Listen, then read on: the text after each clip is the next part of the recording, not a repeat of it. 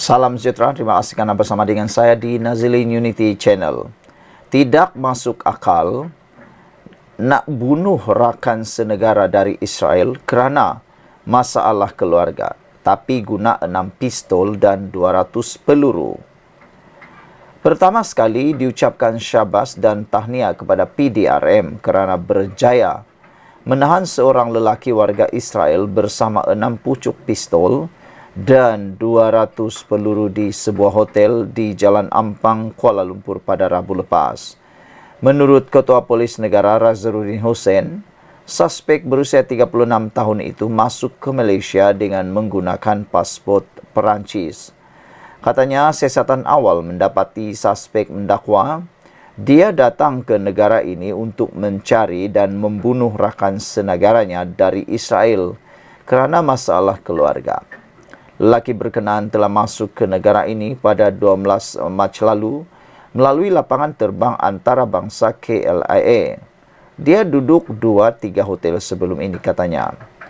Razaruddin memberitahu pihak polis telah mendapatkan perintah tahanan reman terhadap suspek bermula 27 Mac lalu hingga 31 Mac depan.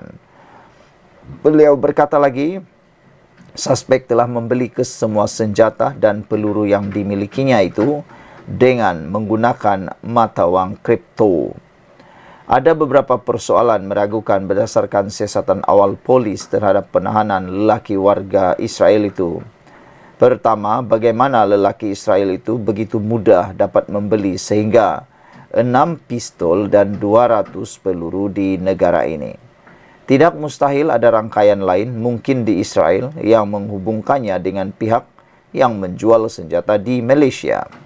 Tidak mungkin dia yang baru sampai ke negara ini boleh begitu mudah berurusan untuk membeli senjata dan peluru dengan jumlah sebanyak itu.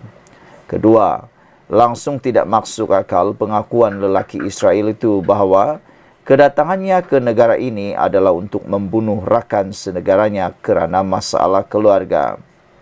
Jika hanya seorang lelaki yang ingin dibunuh kerana masalah keluarga, kenapa perlu membeli sampai 6 pistol dan 200 peluru?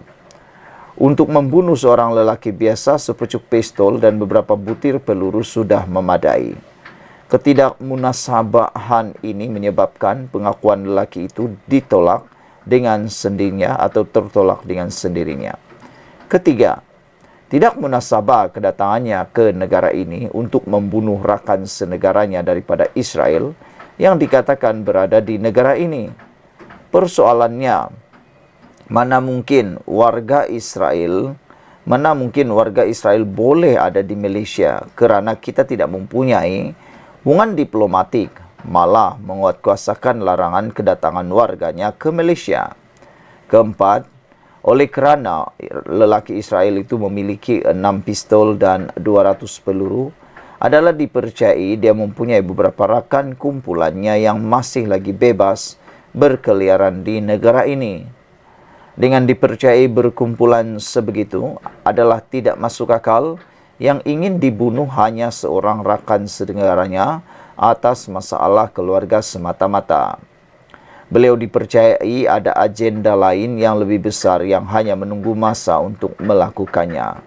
Dalam hal ini, sebagaimana dimaklumkan oleh Razaruddin, adalah tepat sekali bila mana pihak polis mengambil pendirian tidak mempercayai pengakuan lelaki Israel itu. Pihak polis kini akan terus menjalankan siasatan menyeluruh terhadap lelaki Israel itu untuk mengetahui motif kedatangannya dan tujuannya memiliki sejumlah senjata serta peluru yang dirampas daripadanya. Serentak dengan itu, pihak polis juga mula mengambil sikap berwaspada tentang keselamatan yang di Pertuan Agong, Perdana Menteri dan beberapa VVIP yang lain.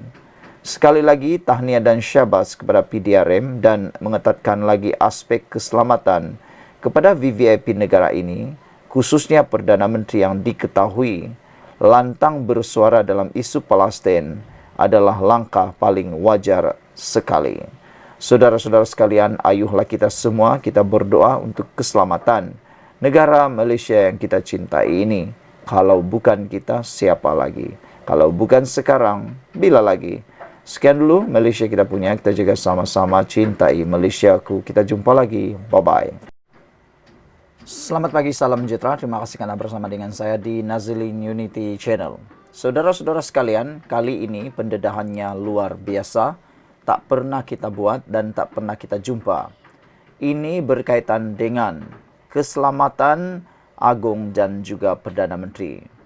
Menurut Ketua Polis Negara, warga Israel yang telah ditahan semalam bersama dengan 6 senjata api dan beberapa ratus butir peluru dikatakan akan menyebabkan pelbagai spekulasi yang akan menimbulkan kepanasan. Kata laporan di berita harian, warga Israel ditahan dengan 6 senjata api. Polis kini bertingkat keselamatan agung dan Perdana Menteri Malaysia. Saudara-saudara sekalian, marilah kita bersama-sama merafak sembah dan kita berdoa bersama-sama supaya keselamatan agung dan Perdana Menteri sentiasa terjamin dan tidak ada sesuatu yang buruk berlaku terhadap baginda dan juga Perdana Menteri kita.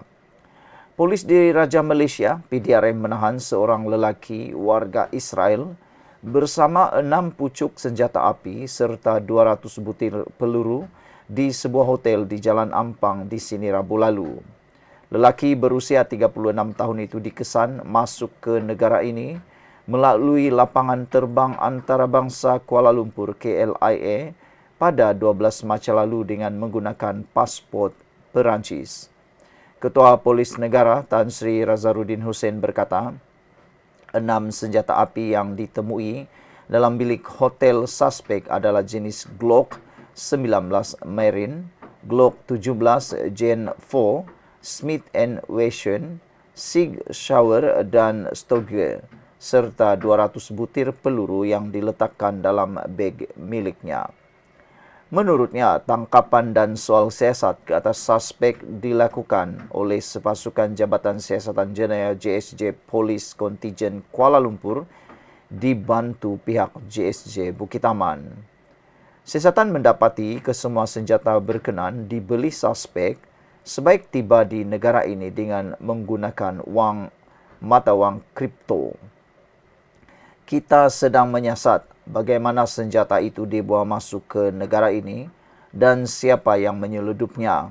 Kita pun nak tahu siapa penerima pembayaran itu, katanya dalam sidang media di Masjid Al-Amin, pasukan gerakan PGA hari ini. Hasil soal siasat, katanya, suspek mendakwa dia datang ke negara ini untuk mencari seorang individu yang juga rakyat negaranya untuk dibunuh. Kononnya berkaitan isu keluarga, namun polis tidak mempercayai dakwaannya itu. Razarudin berkata pihak polis masih menjalankan siasatan dan berkemungkinan suspek mempunyai agenda lain datang ke negara ini.